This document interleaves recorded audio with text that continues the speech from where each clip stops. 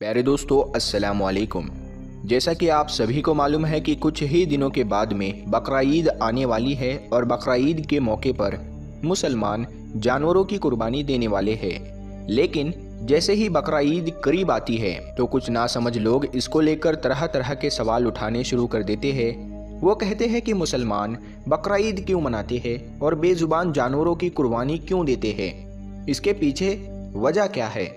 आज की इस वीडियो में हम आपको बकरीद को लेकर पूरी मालूमात देने वाले हैं और आपको बताने वाले हैं कि मुसलमान बकरा ईद क्यों मनाते हैं और इस दिन जानवरों की कुर्बानी क्यों दी जाती है। इसीलिए आज का ये वीडियो आप सभी के लिए बहुत ही खास है। आप हिंदू हो या मुसलमान, आप इस वीडियो को आखिर तक ज़रूर देखें और मेहरबानी करके इसे शेयर भी कर दे ताकि बकरा ईद आने से पहले पहले ये वीडियो और भी लोगों के पास में पहुंच जाए। तो चलिए शुरू करते हैं। प्यारे दोस्तों, जैसा कि आप सभी को मालूम है कि हर त्योहार को मनाने के पीछे कोई ना कोई वजह या कहानी ज़रूर होती है। उसी तरह से बकरा ईद को मनाने और कुर्बानी देने के पीछे भी इस्लाम में एक वाक़या है। याद रखें, अल्लाह ताला अपने महबूब बंदों से यानी कि अपने नबी और पैगंबरों से बहुत मोहब्बत किया करते हैं और वक्त वक्त पर उनका इम्तिहान भी लेते रहते हैं। इसी तरह से एक बार हज़रत इब्राहीम अलैहिस्सलाम का भी इम्तिहान लिया गया। हज़ारों साल पहले की बात है कि एक रोज़ हज़रत इब्राहीम अलैहिस्सलाम अपने घर में आराम फरमा रहे थे कि उनकी आँख लग गई, यानी कि आप पर नींद गालिब हो गई।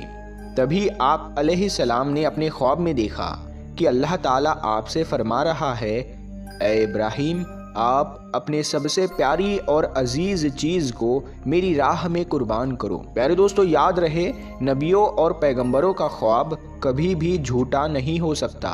इसीलिए हज़रत इब्राहीम अलैहिस्सलाम ने ये ख्वाब सच जाना और अपनी अजीज़ चीज़ को अल्लाह की राह में कुर्बान करने के लिए तैयार हो गए।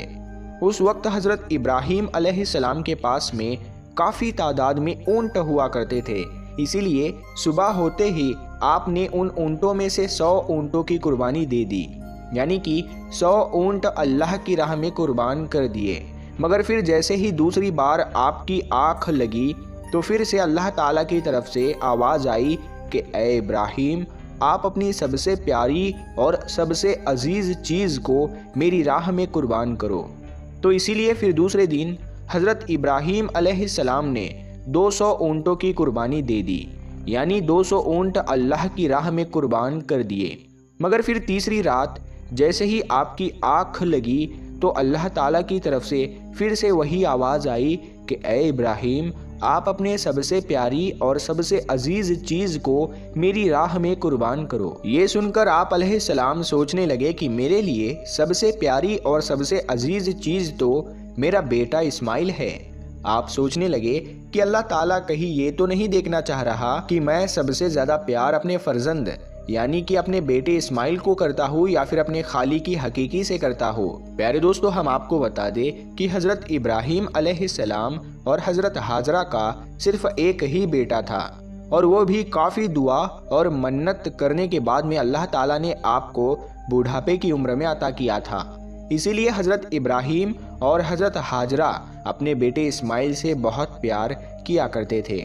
मगर जैसे ही आप अलैहिस्सलाम ने अल्लाह का ये हुक्म सुना तो आपने ये इरादा कर लिया कि वो अपने सबसे अजीज़ चीज़ और सबसे प्यारे बेटे इस्माइल को अल्लाह की राह में कुर्बान कर देंगे। इसीलिए फिर दूसरे दिन हज़रत इब्राहीम अलैहिस्सलाम ने अपनी बीवी हज़रत हाजरा से कहा, ए हाजरा, अपने बेटे को गुस्ल कराओ, नए नए कपड़े पहनाओ और खुशबू लगाकर बिल्कुल दूल्हे की तरह तैयार कर दो।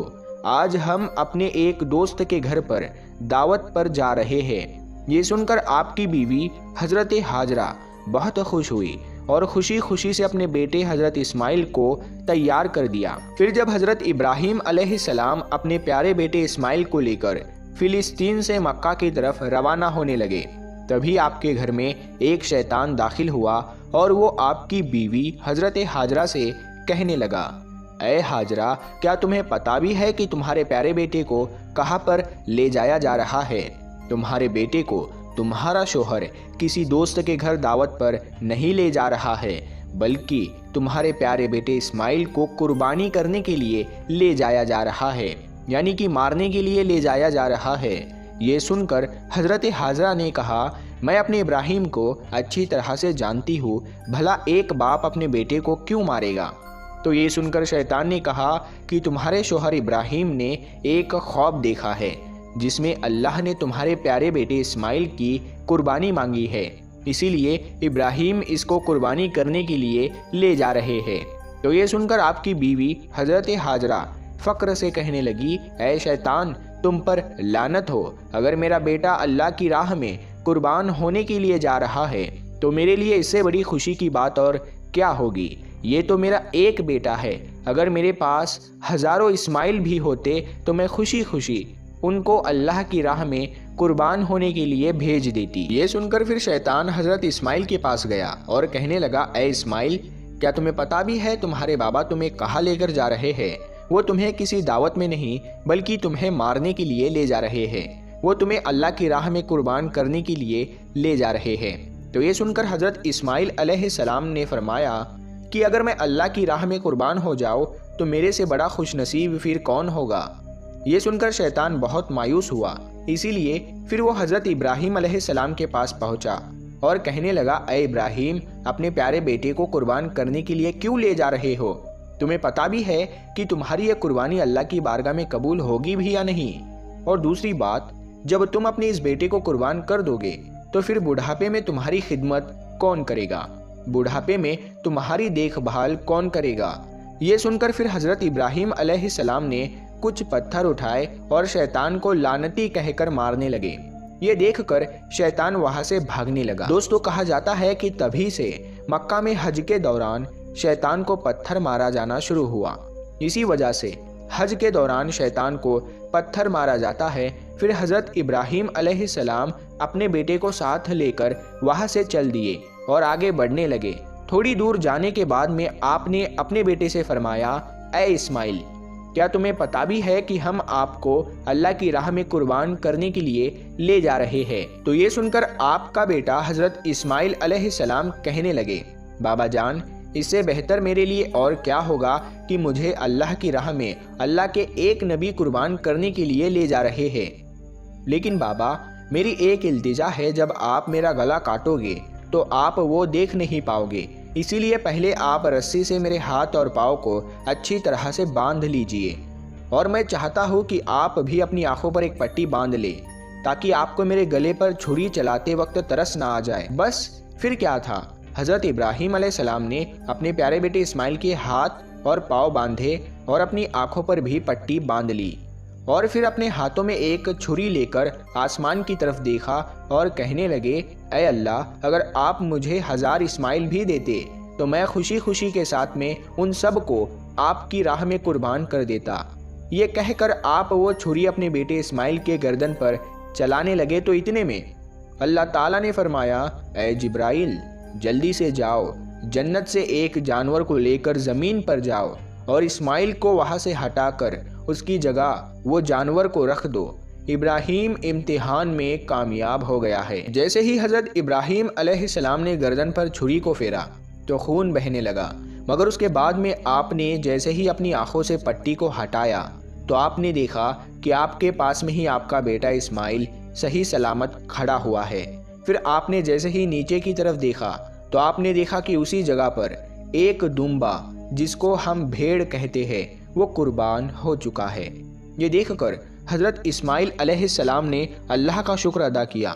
इतने में गैब से आवाज़ आई, ऐ इब्राहिम, तुम्हारा ये इम्तिहान क़यामत तक याद रखा जाएगा और तुम्हारी सुन्नत को ईमान वाले लोग हर साल याद रखेंगे और हर साल अल्लाह की राह में कुर्बानी पेश करेंगे। प्यारे दोस्तों, तभी से बकरा ईद के मौके पर कुर्बानी का ये सिलसिला शुरू हो गया और ईद के 2 महीने 10 दिन के बाद में बकरा ईद मनाया जाने लगा, जो हमारे देश भारत, पाकिस्तान और बांग्लादेश जैसे देशों में भी 3 दिन तक ये त्यौहार मनाया जाता है, जबकि गल्फ़ देशों में 7 दिनों तक ये त्यौहार मनाया जाता है, जिसमें दुम्बा, बकरा और हलाल जानवरों की कुर्बानी दी जाती है। याद रखें, कुर्बानी के गोश्त को 3 हिस्सों में बांटा जाता है।